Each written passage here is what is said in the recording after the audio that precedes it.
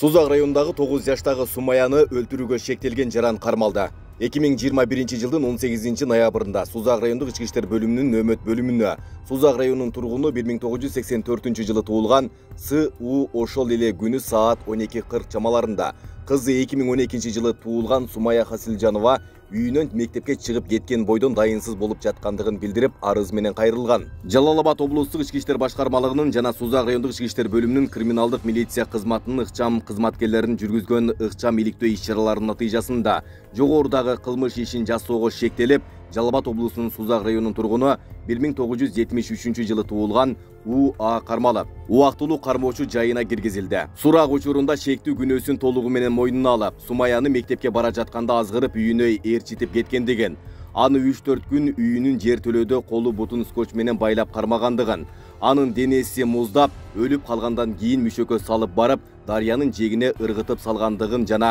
анын кийим кечектерин толугу менен өрттөп салгандыгын билдирген. Учурда толугу менен тергөө иликтөө амалдары жүрүүдө. Аталган кылмышка шектүү 1973 жылы туулган У.А. Сузак районундагы айылдардын биринде жашап жүргөн.